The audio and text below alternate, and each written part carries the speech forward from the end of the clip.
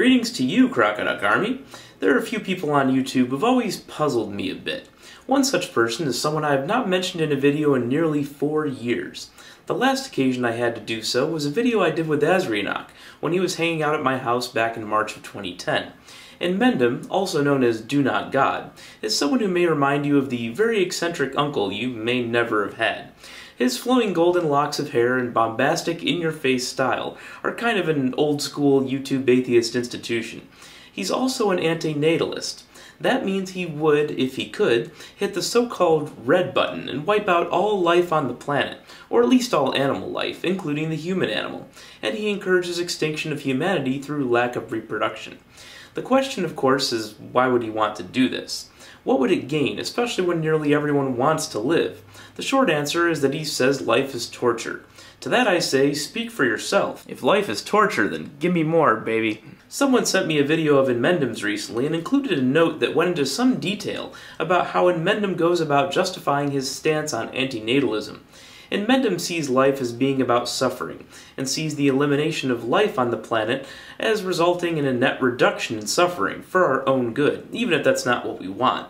It sounds a little bit like that old Christian saw about God loving us so much that if we don't believe in Him, we burn for eternity for our own good, but I'll assume that's not how he means it exactly. I think life to many people is a series of obstacles that you can generally get around in numerous creative and often fun ways. Even if you see it as a game because the universe can't last forever, I'm not going to be bashful about getting on the field and playing during the one chance I'm going to get. Of course, if you're one of those people who's consistently not enjoying life due to depression, serious illness, or whatever else is ailing you, then yes, life is going to look a lot different to you than it does to me, and I would expect that. I think even if I were having a miserable life, though, I would understand that not everyone is going to feel the way I do about life, due to our different experiences. That's where empathy comes in. In the Inmendham video that was sent to me, he was responding to another YouTuber who was talking about empathy, among other things, and its role in this discussion. I think it may have been presented in the sense that humanity has value because of our ability to have empathy, but to me it just means that we are able to put ourselves in the place of another person and imagine what life must be like for them. Inmendham doesn't seem at all happy with life, but he seems unwilling to use his human ability to understand that maybe others don't have the same life he does. He would probably tell you that when he puts himself in the shoes of another, he does this with the most destitute and helpless in the world, the starving children in a third world country, for instance, instead of a human being of average means. He spoke repeatedly about children being tortured in his video. In his world, human achievements are irrelevant because they're ephemeral and will be worthless, I guess because humanity will not last forever, yet suffering is real.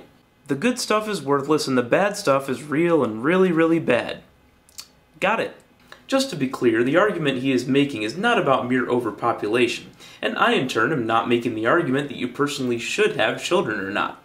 I think having kids is a personal decision, and assuming you're not purposely having children beyond your means, those who tell you that you're selfish for doing so or for not doing so should be summarily ignored and told to go live their own lives. I can't think of any third world countries that I would rather have lived in 2 centuries ago than today, despite having many more people living in them today. So clearly there are numerous other factors in play other than population when it comes to standard of living, which is a concept that I expect should track closely to Inmendham's idea of the level of suffering present in a population. I can't see this philosophy holding up in the mind of anyone who doesn't think their life sucks. In order to agree on this, Inmendham will have to convince most of the rest of the world that life sucks, or we can all convince Inmendham that life is worth living. I like the latter option, so let's start now. Happy Valentine's Day, Gary, you big goofball. I know. I love you, Gary, but you're special.